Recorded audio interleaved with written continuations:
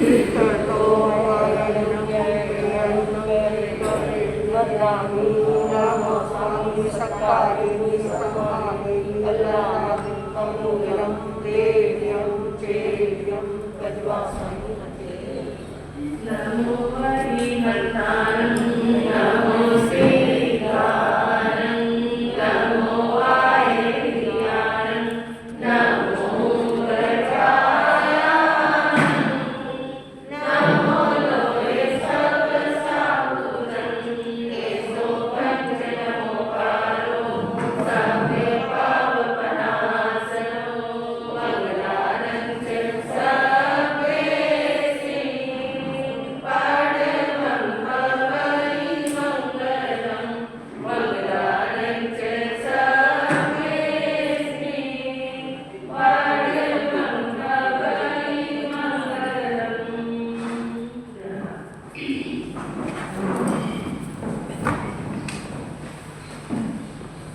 Arihanto Bhagavanta Indra Sridhasti Siddhista Acharya Shasanonatikara Puja Upajayika Shri Santa Subhadhika Muni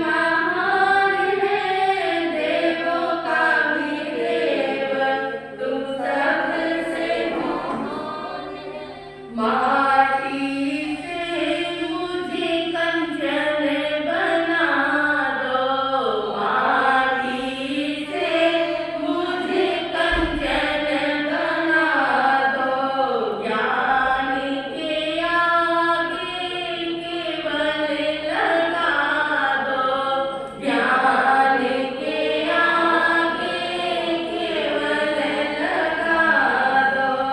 एक यही अर्ज गुजारे मुनि ज्ञान है, एक यही अर्ज गुजारे मुनि ज्ञान है, प्यारा प्यारा प्यारा ये नाम वर्धमान है, प्यारा प्यारा प्यारा ये नाम वर्धमान है, देवों का भी देव तू सबसे महान है, देवों का भी देव तू सबसे महान है, प्यारा प्यारा प्यारा ये नाम वर्धमान है, प्यारा प्यारा प्यारा ये नाम वर्धमान है।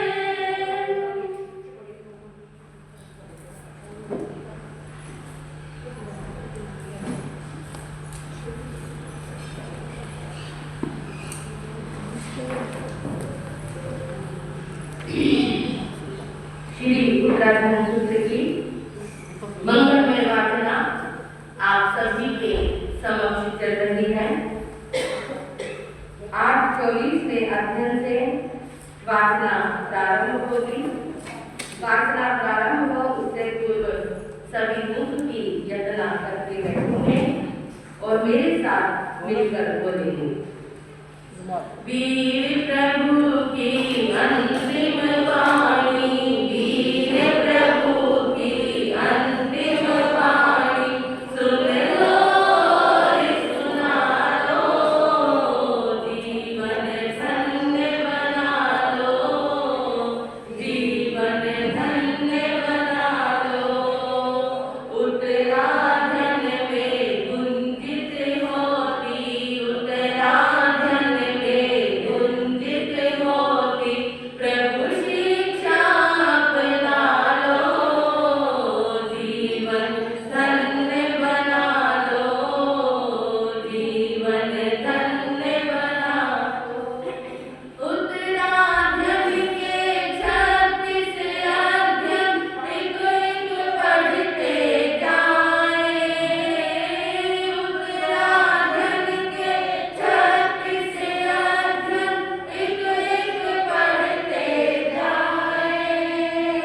वीर प्रभु के उपदेशों को अंतर से अपनाएं, जीवन सफल बना कर अपना, जीवन सफल बना कर अपना, मोक्ष का ताला खोलो, जय जिनवाणी बोलो, जय जिनवाणी बोलो। वीर प्रभु की अंतिम वाणी, उत्तराधन को खोलो, जय जिनवाणी बोलो, जय जिनवाणी बोलो, जय जिनवाणी बोलो, जय जिनवाणी बोलो। 24वां अध्ययन प्रारंभ होता है। पवयन मायं 24वें अध्ययन। अस्य पवयन मायाओ समय बुद्धि कहमय, वंदे विजय समियो तव बुद्धि स्वामिया, इलिया भाषे सनाधाने उच्चारे समिये, मन बुद्धि वय बुद्धि काय बुद्धि अक्षमा, एवं अठ समियो समासेन क्रिया, दुबार समुदिन खायं मायं जस उपवयन, आलम्बनेन कालेन मकेन जय नाये, चौकार परिशुद्धं संजय इलिहं तत् आलम्बनेन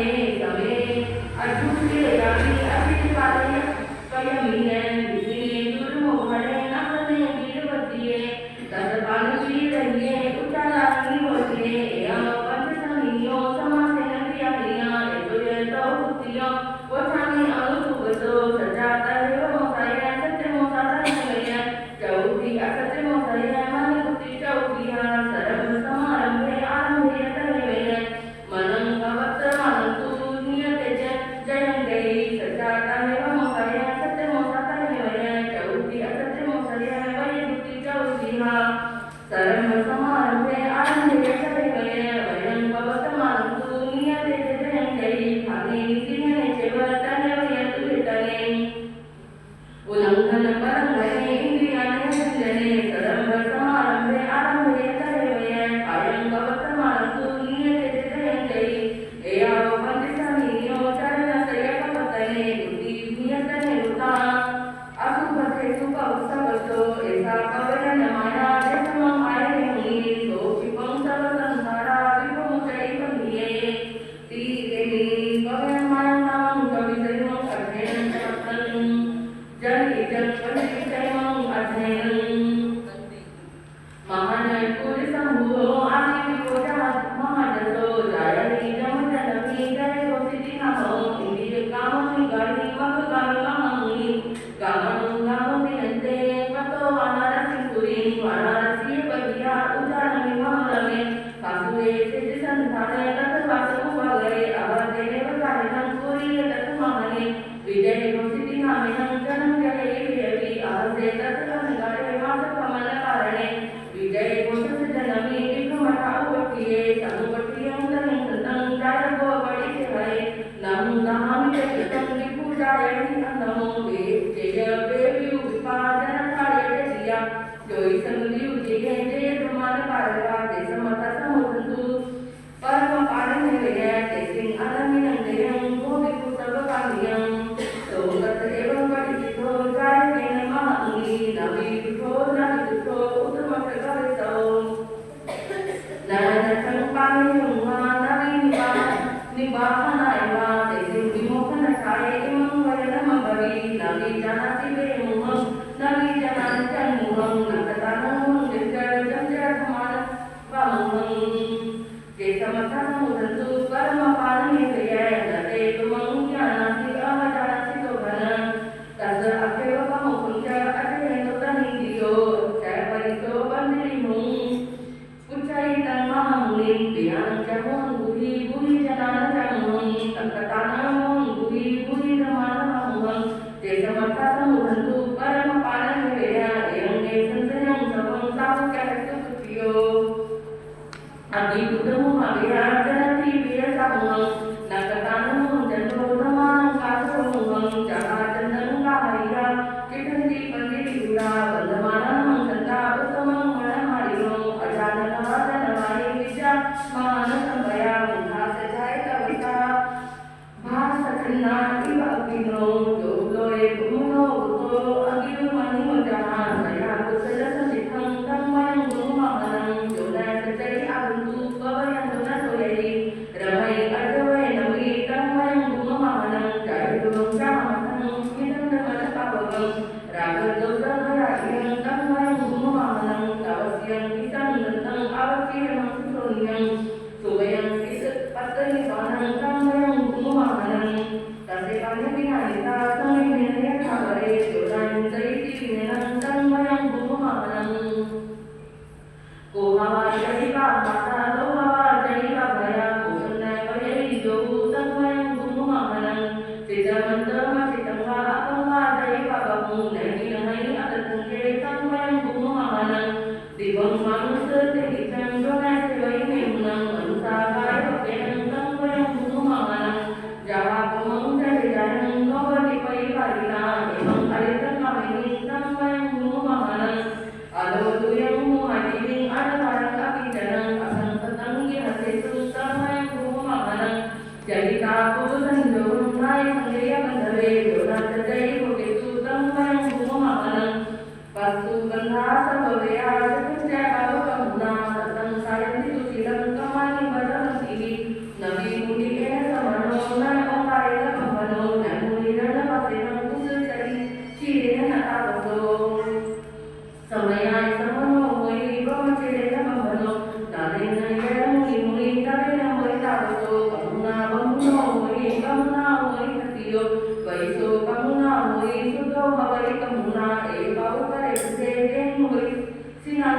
यो सबकमविमुखं तत्त्वयं गुणमहनं एवं गुणसमावतारजन्मनिधि उत्तमा सेव समथा समुदन्तु कर्मपारमितय एवं तु संशय छिने विजय घोषे महाने समुदाय कौ संतु जय घोष महामुनि तुझे विजय घोषे इनमुदा उपैंजलि महानतं चाहुजं सुतुमे उपदंतयं तुझे जय अजनानं तुझे देवी वियु जोई संगवियु तुझे तुझे धमान कारका तुझे समता उधंतु परम पारमे विजय तमनुगमं करे महं विखेनं विकुतमा नैकजं मज विखेनं सुखं निख मसुदिया माधुरी भयावटे घोरे संसार सागरे ओगदेव कोई भोगेसु अभोगी नोबली परी भोगी भमई संसार में अभोगी विभोचरी उलो सुको यदुधा गोलिया हटिया माया तोगी आवटिया सुधे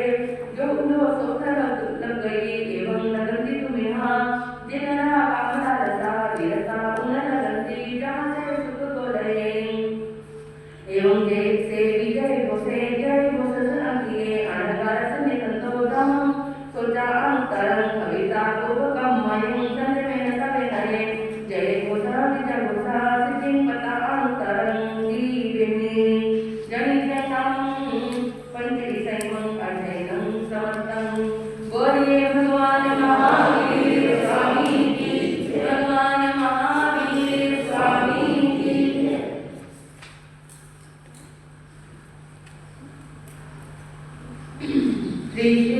त्रिशूलानन्दनं प्रभु परमेश्वरं त्रिशूलानन्दनं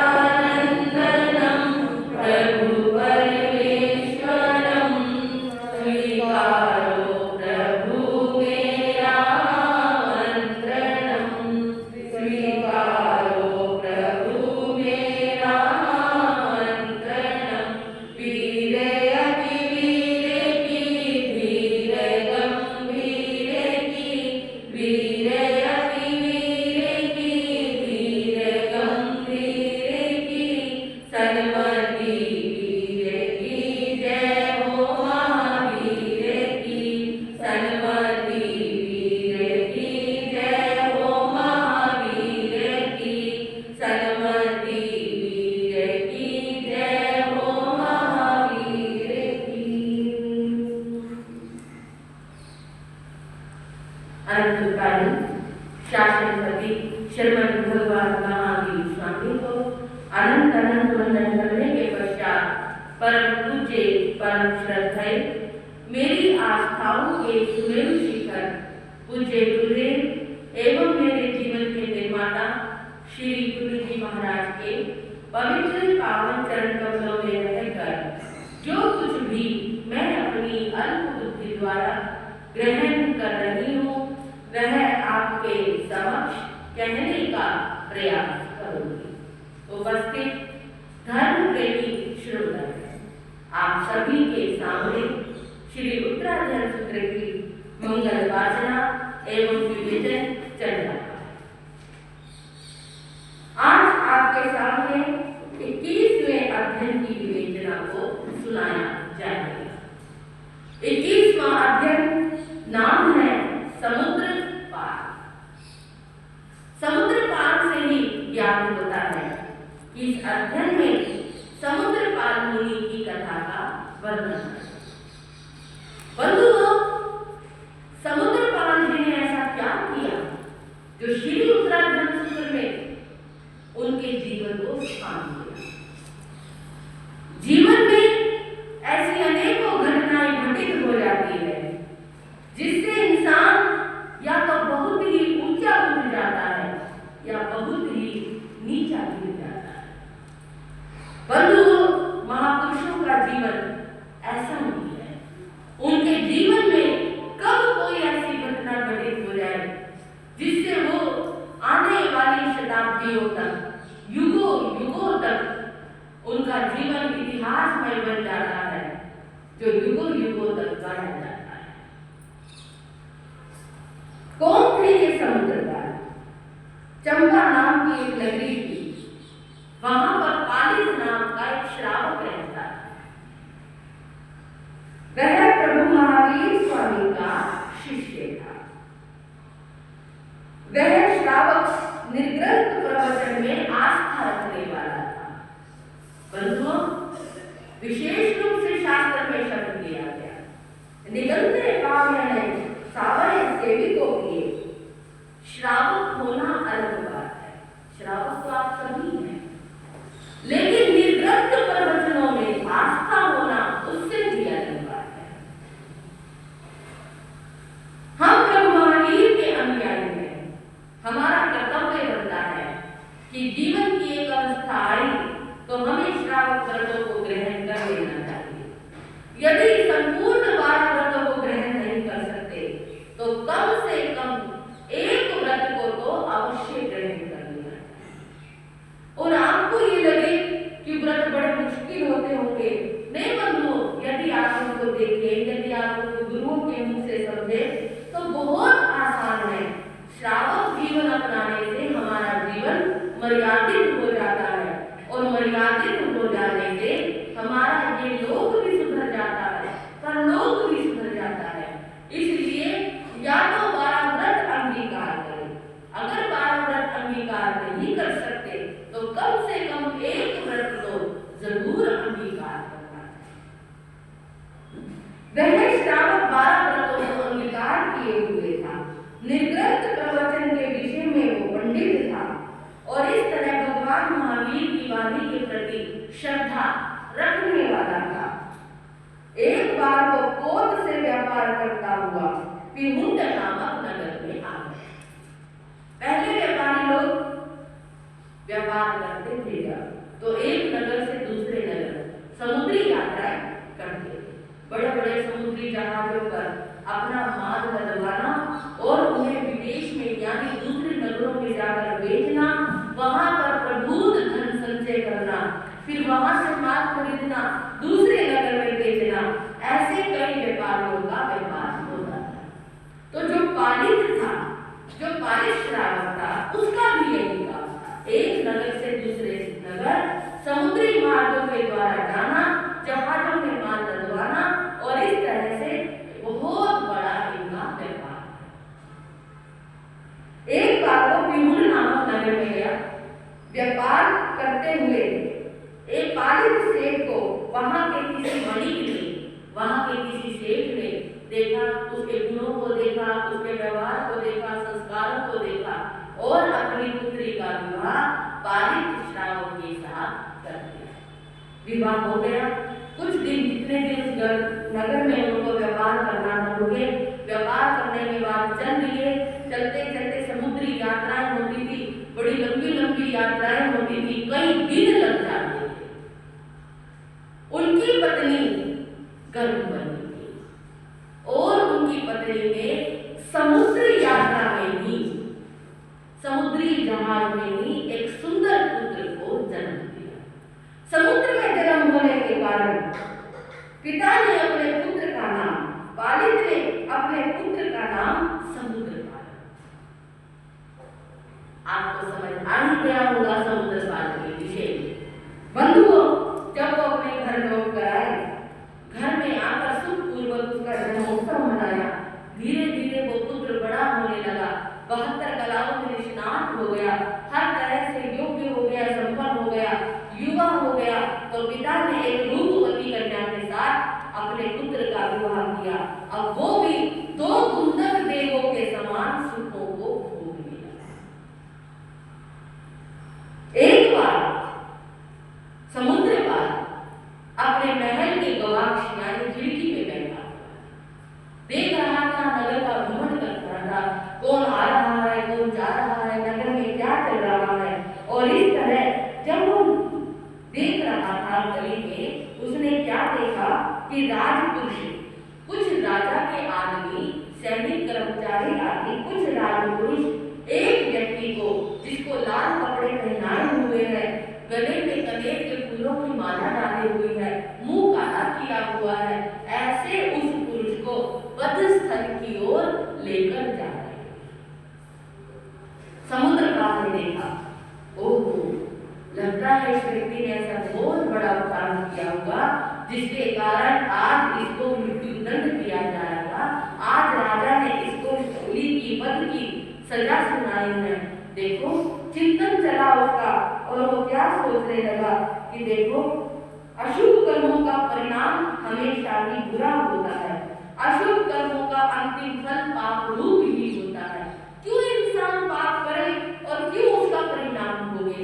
इसने जरूर कोई बड़ा पाप किया होगा जिसके कारण इसको ये सजा मिली, और इस जन्म में तो राजा ने ये सजा सुनाई, अगले जन्मों में जब भगवान यानी कर्म इसको सजा सुनाएंगे तब वो सजा और इसको भोगनी पड़ेगी। चिंतन चलता रहा कि इंसान को हमेशा अच्छे कर्म करने चाहिए। चिंतन चलते चलते बंधुओं इस तरह से उनको लगा कि संसार में रहकर क्यों पाप कमाए, हमें संसार से निरासक्त होकर भगवान की आराधना करते हुए, संयम की आराधना करते हुए पापों से मुक्त हो जाना चाहिए, क्योंकि संसार पापमय है, यहाँ पर रहकर पाप ही पाप होते हैं। और इस तरह वो अनगार प्रवृत्ति में प्रवृत्त हो गए। उठे अपने माता पिता के पास आए, कहने लगे माता पिताजी मैं संयम लेना चाहता। इकलौता पुत्र था, माता पिता ने बहुत समझाया होगा, बहुत तरीके से उसको हर बात का संयम का ज्ञान भी दिया होगा कि संयम पालना कोई आसान काम नहीं है। लेकिन बंधुओं जहाँ ज्ञान हो जाता है वहाँ भी निरासक्ति आ जाती है, और जब ज्ञान हो जाता है फिर ये संसार बंधन रूप लगने लग जाता है। इस तरह से समुद्र पार अपने माता पिता को मनाकर उनकी आज्ञा लेकर अहिंसा, सत्य, अस्त्य, ब्रह्मचर्य और अपरिग्रह 5 महाव्रतों को ग्रहण करके जिनेंद्र देव के उपदेश किए हुए धर्म का आचरण करने लगे। यहाँ पर उनकी चर्या के विषय में कहा गया है, तो इस तरह से वो स्थान स्थान जगह जगह पर विचरण करते हैं, लेकिन हर तरह से वो अपने संयमी जीवन में विवेक रखते हैं। अनेक प्रकार के दुर्जय परीक्षण उनके जीवन में आए, लेकिन बहुत से कायर मनुष्य उन परीक्षाओं से विचलित हो जाते हैं। लेकिन जो समुद्र पार मुनि थे वो जैसे संग्राम में हाथी डटा रहता है, पीछे मुड़कर नहीं देखता, फिर चाहे मृत्यु क्यों ना आ जाए, मृत्यु का वरण करना तो पसंद करता है, लेकिन संग्राम में गया हुआ हाथी कभी वापस नहीं लौटता। उसी प्रकार उन घोर परीक्षाओं के उपस्थित होने पर भी उस हाथी की भांति वो संयमी जीवन में लगे रहे, और हर तरह से 22 प्रकार के परीक्षाओं को सहन करते हुए उन्होंने प्रभु महावीर के बताए हुए संयम मार्ग का उचित रीति से पालन किया, और समय आने पर दोनों प्रकार के घाती और आघाती कर्मों का क्षय किया, पुण्य और पाप का क्षय किया, कर्म मत से रहित हुए, और इस तरह समुद्र पार मुनि सर्व प्रकार के बंधनों से मुक्त होकर हमेशा हमेशा के लिए सिद्ध बुद्ध और मोक्ष में जाकर उनकी ये आत्मा विराजमान हो जाती है। ऐसा प्रभु महावीर ने इस उत्तराधर्म सूत्र में कहा। आज हम और चर्चा करते हैं 22वें अध्ययन की, नाम है रथ नेमी। रथ नेमी बंधु जिन शासन के एक ऐसे मुनि जो विचलित तो हुए अपने साधना काल में, लेकिन जिन्हें संभाला एक नारी ने। इतिहास साक्षी है, जब जब पुरुष अपनी साधना में विचलित होता है, चाहे वो भाई हो, चाहे वो पति हो, चाहे वो अन्य कोई पुरुष हो, तब तब कोई पत्नी बनकर, कोई बहन बनकर, कोई अन्य साध्वी बनकर उसको संयम में किस तरह से दृढ़ करती है। यदि ऐसी महान साधिकाओं के बारे में सुना या पढ़ा जाए तो ऐसी साधिकाओं का जीवन भरा हुआ इतिहास, जिसमें हम सबसे पहले ब्राह्मी सुंदरी को ही देखे, किस तरह से उन्होंने अपने भाई बाहुबली को संयम में स्थित किया और किस तरह उनको सत्य का बोध करवाया और उनको हाथी पर से नीचे उतरने की प्रेरणा दी। भाई ने अपनी बहनों के शब्द को सुना और केवल किया। उसी प्रकार वर्णन आता है रथ नेमी का, याकिनी महेंद्रा का, किस तरह उन्होंने एक आचार्य को संयम में स्थिर किया। तो यहाँ पर जो वर्णन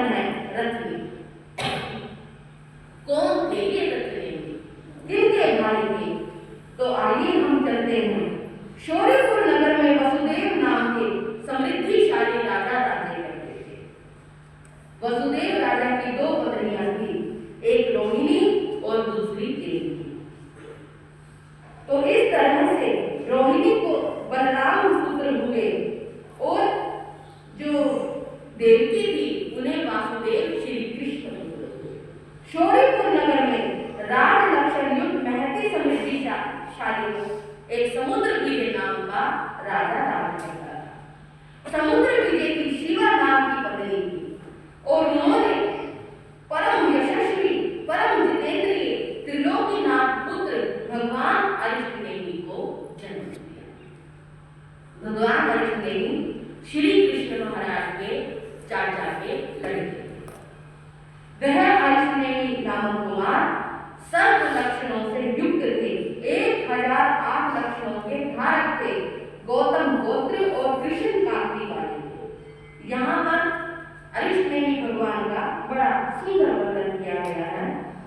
तो इस तरह से एक बार वासुदेव श्री कृष्ण ने भगवान अरिष्टनेमि के विवाह के लिए एक श्रेष्ठ राजकन्या जो सर्व लक्षणों से संपन्न थी, अच्छे स्वभाव वाली थी, देखने में अत्यंत सुंदर थी, परम सुशीलवती थी।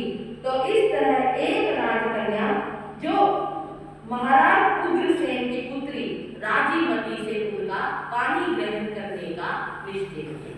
रिश्ता पक्का हो गया।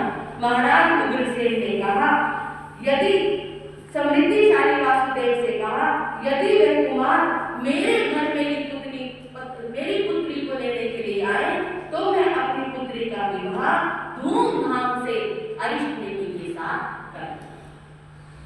बंधुओं, पूरा शौर्यपुर नगर सजाया गया, पूरी द्वारका नगरी सजाई जा रही है और इस तरह से कई जगह कथाकार कहते हैं 56 करोड़ यदुवंशी। इतनी बड़ी बारात थी अरिष्टनेमि की, क्योंकि अरिष्टनेमि कोई साधारण पुरुष तो थे नहीं, जो स्वयं तीर्थंकर थे। वासुदेव श्री कृष्ण उनका विवाह बड़े ही धूमधाम के साथ करना चाहते थे।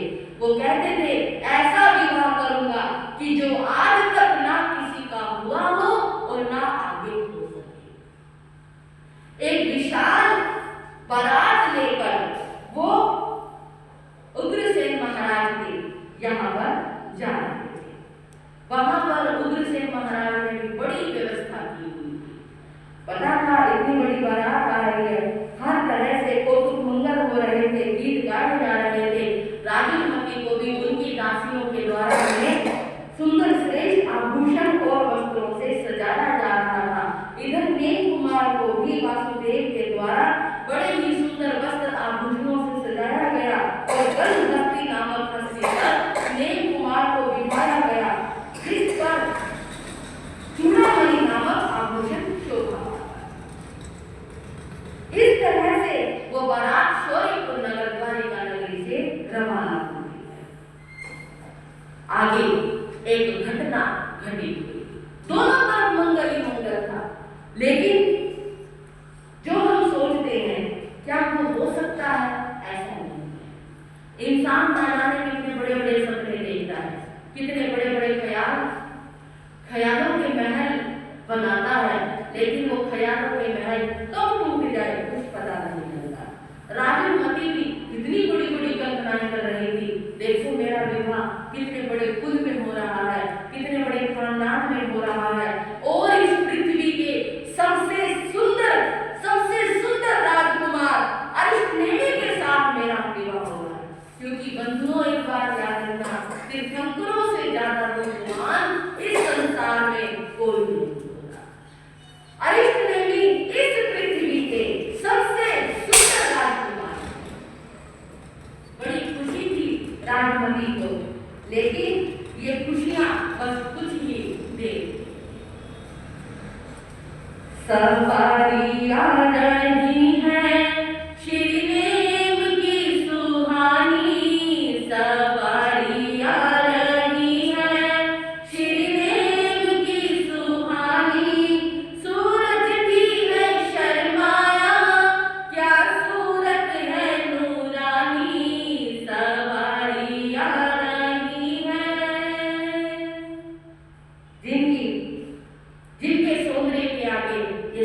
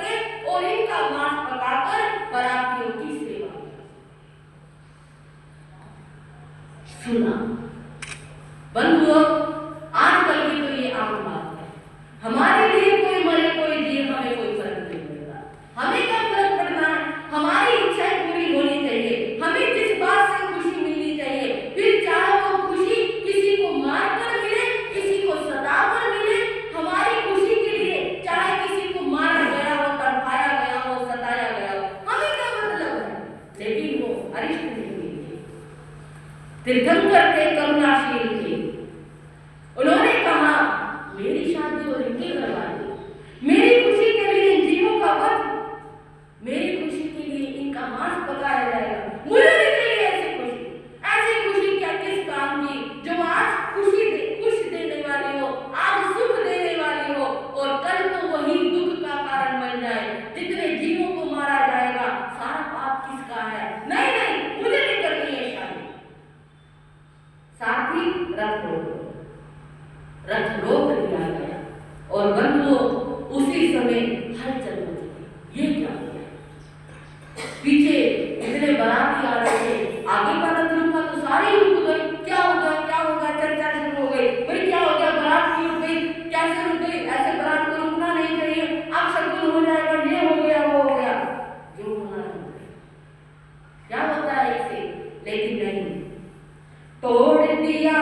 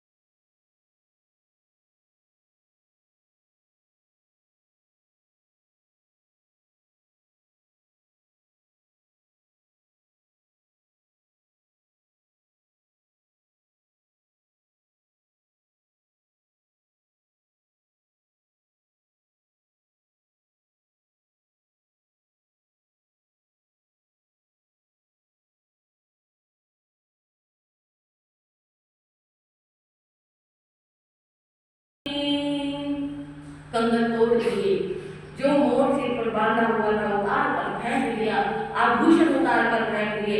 वासुदेव श्री कृष्ण दौड़े दौड़े आए, अरे ये क्या कर रहे हो भैया, ऐसे नहीं करते, बीच में से नहीं आते। नहीं भैया, बस सोच लिया। हुआ क्या कि मेरी शादी में इतने जीवों की बर्बादी होगी, ये मुझे पसंद नहीं है। कोई बात नहीं है, तुम जैसा कहोगे वैसा हो जाएगा, लेकिन ये विवाह तुम्हें करना होगा। आज इतने जीवों को मारा गया मेरे विवाह के लिए, कल पता नहीं क्या होगा। अब तो मैंने सोच लिया है तो सोच लिया है, मैं ये विवाह नहीं करूंगा। बंधुओं, बारात वापिस लौटने लगी। उग्रसेन महाराज दौड़े दौड़े चले आए। क्या हो गया, क्या गलती हो गई, आप ऐसा क्यों कर रहे हैं? सारी बात बताई। वासुदेव श्री कृष्ण ने समझाया, चलो जो भी बात थी, लेकिन राजन का क्या? राजन तो फूट फूट कर रोने लगी। उसके हाथों पर मेहंदी रचने से पहले ही मुरझा गई, आंखों का काजल पूछ गया। बंधुओं, जिसका अभी विवाह नहीं हुआ विधवा के समान हो गई। वो राजन आगे आई, नेक कुमार से कहने लगी, मेरा क्या दोष है? तुम्हें उन पशुओं की करुणा तो दिखाई दी, तुम्हें उनका रुदन दिखाया गया, तुम्हें उनकी चित्कार सुनाई दी, क्या मेरा रुदन तुम्हें नहीं दिखाई दिया? क्या मेरी चित्कार तुम्हें नहीं सुनाई दी? मेरा क्या हाल होगा? नेक कुमार, तुम्हारे बिना मैं कैसे जीवित रहूंगी? ये हमारा संबंध एक जन्म का थोड़ी है। याद करो, पूर्व जन्मों से हम एक साथ रहकर आए हैं। इस जन्म में तुम मुझे छोड़कर क्यों जा रहे हो? बंधुओं, आपस में काफी चर्चा हुई, लेकिन नेक कुमार ने कहा, राजमती, यदि वास्तव में तुम मेरे साथ रहना चाहती हो, यदि वास्तव में जो मैं पा रहा हूं तुम पाना चाहती हो, तो भी ठीक है, तुम भी मेरे ही बताए हुए मार्ग का अनुसरण करना। जिस मार्ग पर मैं चलूं उसी मार्ग पर तुम्हारा भी स्वागत है। बंधुओं, महलों में कोहराम मच गया, चारों तरफ दुल्हन ही दुल्हन है। राजमती का तो रो रो कर बुरा हाल हो गया, लेकिन वो भारतीय सन्नारी थी। एक बार जिस पुरुष का मन से वर्ण कर ले तो दोबारा किसी पराये पुरुष की तरफ आंख उठाकर भी नहीं देखती। भारत की वो संस्कृति है, भारत इस नाम से जाना जाता था, लेकिन आजकल तो जमाना बदल गया।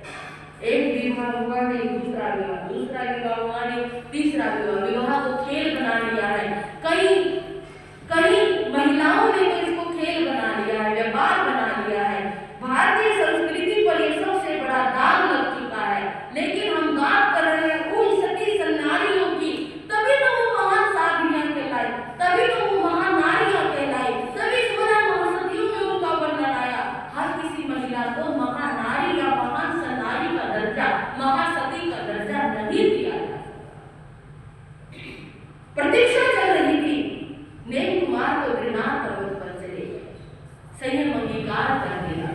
संयम अंगीकार करके अब वो केवल ज्ञान की साधना में लग गए।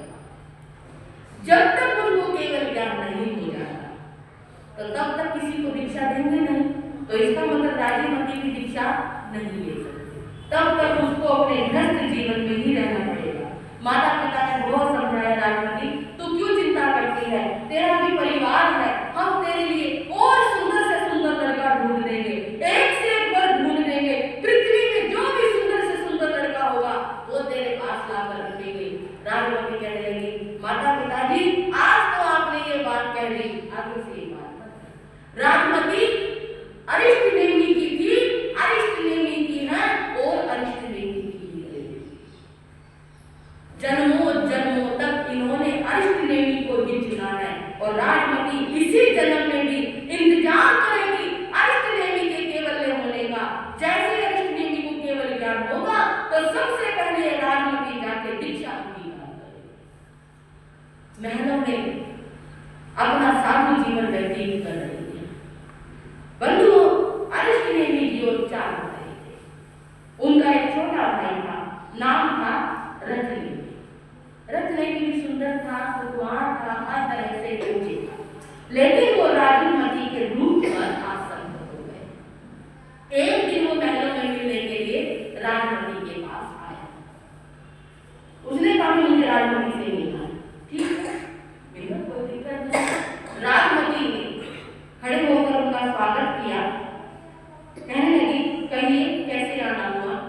उन्होंने कहा, राजमती ये जिंदगी यूं ही खोने को नहीं होगी। अरे क्या हो गया, मेरे बड़े भाई को तो पता नहीं क्या हुआ, उन्होंने तुम जैसे रूपवान कन्या का त्याग कर दिया। लेकिन राजमती मेरा बड़ा भाई और मुझ में अंतर ही क्या है, यदि उन्होंने तुमको नहीं अपनाया तो फिर क्या हो गया। मैं रथनेमी आज भी तुम्हारे साथ विवाह करने को तैयार। तुम मेरे साथ विवाह करो, तुम मेरे साथ अपनी जिंदगी व्यतीत करो। ये जीवन यूं ही खोने के लिए नहीं है, इस जीवन का सदुपयोग करो। तरह तरह से रथनेमी ने समझाया उनको। उस समय राजमती ने कहा, आप यहाँ से चले जाइए, मैं विचार करके बताऊंगा। रथनेमी ने सोचा बात बन गई, वो वहां से चला गया। कथाकार कहते हैं एक दिन राजमती ने उनको बुलाया और बुलाकर भोजन पर बुलाया। रथनेमी आया। राजमती ने पहले ही कुछ ऐसा द्रव्य खा लिया जिससे कुछ भी भोजन करने के पश्चात उनको उल्टी आ गई। उन्होंने भोजन किया। भोजन में खीर विशेष रूप से परोसी गई, मेवे मिष्ठान युक्त वो खीर बनाई गई थी और वो खीर का भोजन जैसे ही राजमती ने किया उनको वमन होने के बाद रथनेमी पास नहीं बैठे हुए थे। उस समय उन्होंने कहा, रथनेमी क्या तुम इस वमन को ग्रहण कर सकते हो? कहने लगी, राजू ये तुम क्या कर रही हो, थोड़ा जवान संभाल कर बात करो, तुम जानते नहीं हो मैं कौन हूं। मैं जानती हूं तभी तक आई हूं, भला कोई और भी स्वीकार कर सकता है, क्यों नहीं कर सकते? देखो कितने अच्छे स्वादिष्ट खीर बनी हुई थी, ऐसा था इतना मेवा मिष्ठान डला हुआ था, क्या तुम इसको स्वीकार कर सकते हो, इसको ग्रहण कर सकते हो, इसको खा सकते हो? नहीं, बिल्कुल नहीं। रथनेमी मैं भी तो अरिष्ट नेमी के द्वारा वमन की हुई, मेरा उन्होंने त्याग किया है, मेरा उन्होंने वमन किया है, मुझे उन्होंने छोड़ा है। जब तुम ये नहीं खा सकते तो तुम मेरे साथ भोग कैसे भोग सकते हो, मेरे साथ तुम शादी कैसे कर सकते हो, मेरे साथ विवाह कैसे कर सकते हो? एक श्रेष्ठ राजकुमार वही होता है जो त्याग की हुई वमन की हुई वस्तु को दोबारा ग्रहण ना करे। अगर वो दोबारा ग्रहण करे तो वो कुत्ते से भी ज्यादा गया होता है। कुत्ते की प्रवृत्ति होती है, पहले उलट देता है फिर उसको ग्रहण कर देता है। आप तो क्षत्रिय कुल में जन्मे राजकुमार है और आपको इस बात का विचार करना चाहिए, विवेक रखना चाहिए। मेरा अरिष्ट नेमी ने त्याग किया है, तुम उसको ग्रहण करने लगे हो, अरे तुम्हारी तो कुत्ते से भी बदतर स्थिति। राजमती ने समझाया, बात लग गई, इतनी लगी, उन्होंने तो संयम अंगीकार, दीक्षा अंगीकार कर ली। दीक्षा देकर अपने संयमी जीवन का पालन करने लगे। बंधुओं, समय आया, भगवान अरिष्टनेमि को केवल ज्ञान हुआ। केवल ज्ञान होने के बाद राजमती ने भी संयम को अंगीकार किया। एक बार भगवान अरिष्टनेमि रैवतगिरी के पर्वतों पर विराजमान थे, तो राजमती अपनी सभी साध्वियों के साथ उनके दर्शन बंदन करने के लिए जा रही थी। ऐसा इस शास्त्र में वर्णन आता है, जब वो वहां पर उनको बंदन करने के लिए जा रही थी, तो वहां पर बहुत तेज आंधी तूफान आ गया। इतना तेज आंधी तूफान था कि किसी को भी कुछ भी दिखाई नहीं दे रहा था। वर्षा हो गई और वर्षा होने से साधवियों के वस्त्र भी भीग गए। तो कुछ साधवियां जहां गुफा मिली, कोई कहीं छिप गई, कोई कहीं छिप गई, और उस अंधेरे तूफान में, अंधेरी में सभी एक दूसरे से बिछड़ गए। राजमती अकेली रह गई। वर्षा में वो भी भीग गई थी। उन्हें आगे गुफा दिखाई दी, वो भी उस वर्षा से बचने के लिए उस गुफा में जाकर छिप गए। कपड़े भीग चुके थे, वो गुफा बिल्कुल अंधकार में थी। राजमती जी ने सोचा, भीगे हुए कपड़ों से मुझे दोष लगेगा और अब काया के जीवों की विराधना होगी। उन्होंने अपने वस्त्रों को वहीं पर पत्थरों पर फैला दिया ताकि ये वस्त्र सूख जाए, तब मैं इन्हें ग्रहण करूं। बंधुओं, तभी जोर से बिजली चमकी। बिजली के प्रकाश में क्या देखा? उस गुफा में रत्नेमी साधना कर रहा। ये बात राजमती जी को पता नहीं थी। उन्होंने तो सोचा यहाँ कौन आएगा, और उन्होंने तो तूफान से बचने के लिए उस गुफा में शरण ली थी। लेकिन वहां पर वही रत्नेमी खड़ा हुआ था जिसने राजमती से विवाह की याचना की। जैसे बिजली चमकी और उस बिजली के प्रकाश में रत्नेमी ने राजमती को देखा। राजमती को देखते ही फिर से उनके यौवन पर, उनके सौंदर्य पर आसक्त हो गया, और आसक्त होते हुए उन्होंने राजमती से कहा, राजमती देखो कैसा संयोग जुड़ा। आज विधाता ने हमको फिर इस गुफा में मिला दिया। अभी भी वक्त है, अभी भी कुछ नहीं बिगड़ा है। तुम भी नवयोग ना हो, मैं भी युवक हूँ, तो देखो अभी भी हम दोनों संसार के बंधन में बंध सकते हैं। इस जवानी का सदुपयोग कर सकते हैं, इस मनुष्य जन्म का सदुपयोग कर सकते हैं। ये मनुष्य जन्म बार बार नहीं मिलने वाला है। भद्रे, मैं रत्नेमी हूँ। जैसे ही उन्होंने ये बात कही, किसी पुरुष की आवाज हुई। राजमती तो सहम गई, सहम कर पत्थर के पीछे सिकुड़ कर बैठ गई। और उस समय रत्नेमी कहने लगे, तुम्हें मुझसे भय खाने की कोई जरूरत नहीं है। मैं रत्नेमी हूँ। हे सुंदरी, हे मनोहर भाषिणी, तुम मुझे मेरा सेवा करो, मैं तुम्हें किसी भी प्रकार का कष्ट नहीं दूंगी। इस तरह से बंधुओं, स्त्री परिचय से पराजित हुआ वो रत्नेमी राजमती से वहां अपने याचना करने लगा। लेकिन वो राजकन्या थी, अपने जाति कुल और शील की रक्षा करती थी। इस तरह से पहले उन्होंने अपने आप को संभाला, अपने आप को वस्त्रों में ढका और रत्नेमी से इस प्रकार कहने लगी, हे रत्नेमी, यदि तू रूप में वैश्य मन और नलकूबर के समान भी हो, यदि तू साक्षात इंद्र भी हो ना, तब भी मैं तेरे साथ विवाह करने को तैयार नहीं हो सकती। अरे याद कर, पकंदे जलियं जोयं भूम्यं दुराश्रयं नेचंती वंद्यं भोतुं कुले जया अनंदने। अगंधन कुल में एक सर्प होता है। अगंधन कुल का एक सर्प होता है, उसकी एक विशेषता होती है, यदि वो किसी को डंक मारे तो गारुड़ी को बुलाया जाता है। गारुड़ी सामने अग्नि जला देता है, बीच हो जाता है, वो सर्प आ जाता है।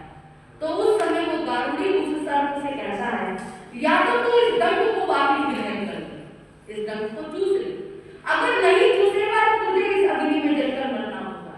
कहते हैं वो अगंधन कुल का सर्प अग्नि में कूदकर मरना पसंद करता है, लेकिन अपने छोड़े हुए विष को दोबारा ग्रहण करना पसंद नहीं करता। कहने लगे, हे आयुष की कामना करने वाले, तुझे धिक्कार है रत्नेमी, तू असंयम जीवन के कारण से, तू तो अगंधन कुल के सर्प से भी गया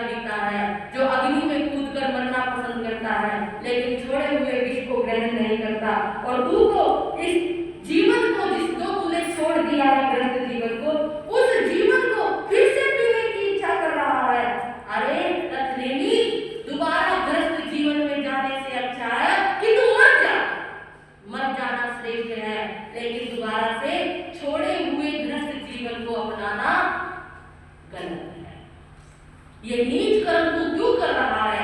तू तो उस अगंधन कुल के सर्प से भी गया बीता है।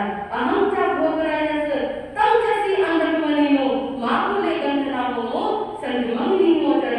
मैं उग्रसेन राजा की पुत्री हूँ, तुम समुद्र विजय के पुत्र हो, तुम अरिष्ट के छोटे भाई हो। हम दोनों को गंधन कुल के सर्पों के समान नहीं होना चाहिए, हमें तो अगंधन कुल के सर्प के समान बनना चाहिए। हम मरना पसंद करते हैं, लेकिन छोड़े हुए विषय भोगों को दोबारा से अपनाना पसंद नहीं करते। राजमती उसको संयम में स्थिर करने के लिए कई बातें कहती है। अरे वो रत्नेनी, तू कैसा चंचल है, जैसे एक 8 मास की वनस्पति होती है, वो बड़ी चंचल होती है, जरा सा हवा का झोंका आया वहीं पर ही झुक जाती है। अरे रत्नेनी, तू तो उस वनस्पति की तरह है, जहां जहां पर स्त्रियों को देखेगा वहां वहां वायु से हिलाए हुए वृक्ष की तरह तू अस्थिर हो जाएगा। जब जब स्त्री को देखेगा तब तब तू भोग की याचना करेगा। हे रत्नेनी, तेरी आत्मा तो सदा के लिए अस्थिर बनी हुई है, इसलिए तेरा मरना श्रेष्ठ है, लेकिन छोड़े हुए भोगों को दोबारा से ग्रहण करना श्रेष्ठ नहीं है, क्योंकि तू क्षत्रिय कुल में उत्पन्न हुआ है। कुछ तो अपने कुल की मर्यादा रख, कुछ तो अपने खानदान की मर्यादा रख। तू सोच, तूने किस कुल में जन्म लिया है, किस कुल का तेरा भाई है, कुछ तो विचार कर। बंधुओं, तीसरे सो गए हम सोचा, संजय आए सुभाषियम, अंकुशेन चाहना को धम्मे संपरिवार। रत्नेनी को राजमती बार-बार धिक्कार रही थी। धिक्कार है तेरे जैसे पुरुष को। एक तेरा भाई भी था जिसने पशुओं की कर्म पुकार को सुना, संयम लेने का निश्चय किया तो वापिस और किसी को नहीं सुना। संयम लेना है तो लिया, दृढ़ निश्चय पर बढ़ गए। एक तू बार-बार धिक्कारती रही और उसकी धिक्कार को सुनकर रत्नेनी उनके वचनों से प्रभावित हुआ और बार-बार उनसे क्षमा याचना करने लगा।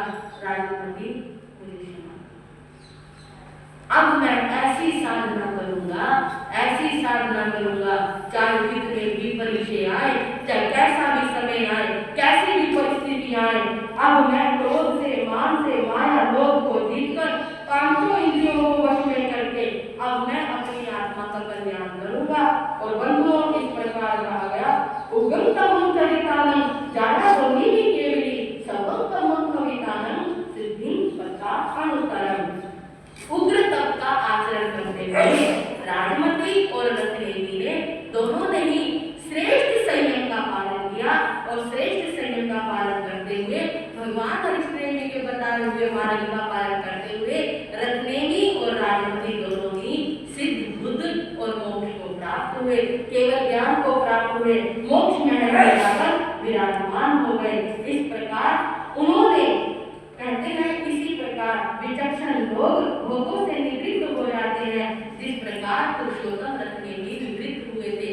ठीक है, जीवन में कभी उतार चढ़ाव आता है, कभी परिस्थितियां ऐसी आती है कि संयम लेने के बाद भी हमारा मन चंचल हो जाए, विचलित हो जाए। बंधुओं, इसमें कोई बड़ी बात नहीं है, क्योंकि जो अच्छे अच्छे ऋषि महर्षियों का मन विचलित हो जाता है, लेकिन फिर भी भगवान की वाणी को याद कर या किसी के समझाने से हम यदि दोबारा से अपने संयम साधना में समर्पित हो जाए, स्थिर हो जाए, तो हमारी भी आत्मा का कल्याण हो सकता है। इस प्रकार ये अध्ययन रत्नेनी का अध्ययन समाप्त होता है। आगे क्या बताया जाएगा सुनेंगे अगले समय में। कल जो वर्णन आएगा केशी गौतम का, बड़ा ही सुंदर वर्णन है। मैं तो ये कहूंगी कि उसे जरूर सुनना चाहिए। इस युग के दो ऐसे महापुरुष जिन्हें एक को सूर्य कहा और एक को चंद्रमा, इनके आपस में क्या संवाद हुआ, बड़ा ही सुंदर अध्ययन है भगवान महावीर के समय का।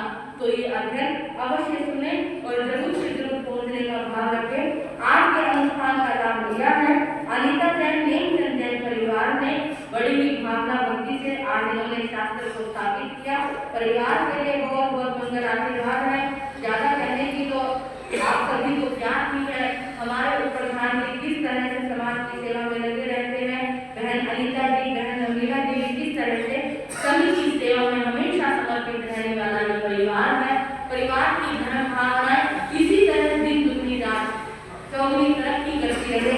बंधुओं, धन की तो वृद्धि हो जाएगी, लेकिन धर्म में वृद्धि करना अत्यंत आवश्यक है, क्योंकि धर्म से हमें धर्म लोग महावीर के चरणों में इसी तरह बना रहे। इन्हीं शब्दों के साथ मैं अपने विषय को विराम देती हूँ। अब श्री संघ के महामंत्री जी अपनी सूचना देंगे। क्षेत्र में जो समस्याएं चल रही हैं उसमें भाई यशपाल जी का 56वां एक आसमान हो गया है। इन्होंने गुरुजी महाराज साहब से पुरस्कार ले लिया है। इनके लिए गुरुओं का बहुत बहुत मंगल आशीर्वाद है। और प्रतिदिन के दैनिक प्रस्थान में आज का प्रस्थान रहेगा नमो सिद्धानम। नमो सिद्धानम इस मंत्र की एक माला का जाप किया जाएगा। सब्जियों में शकरकंदी, फलों में सेब और मिठाई में सोहन पापड़ी की मिठाई का प्याज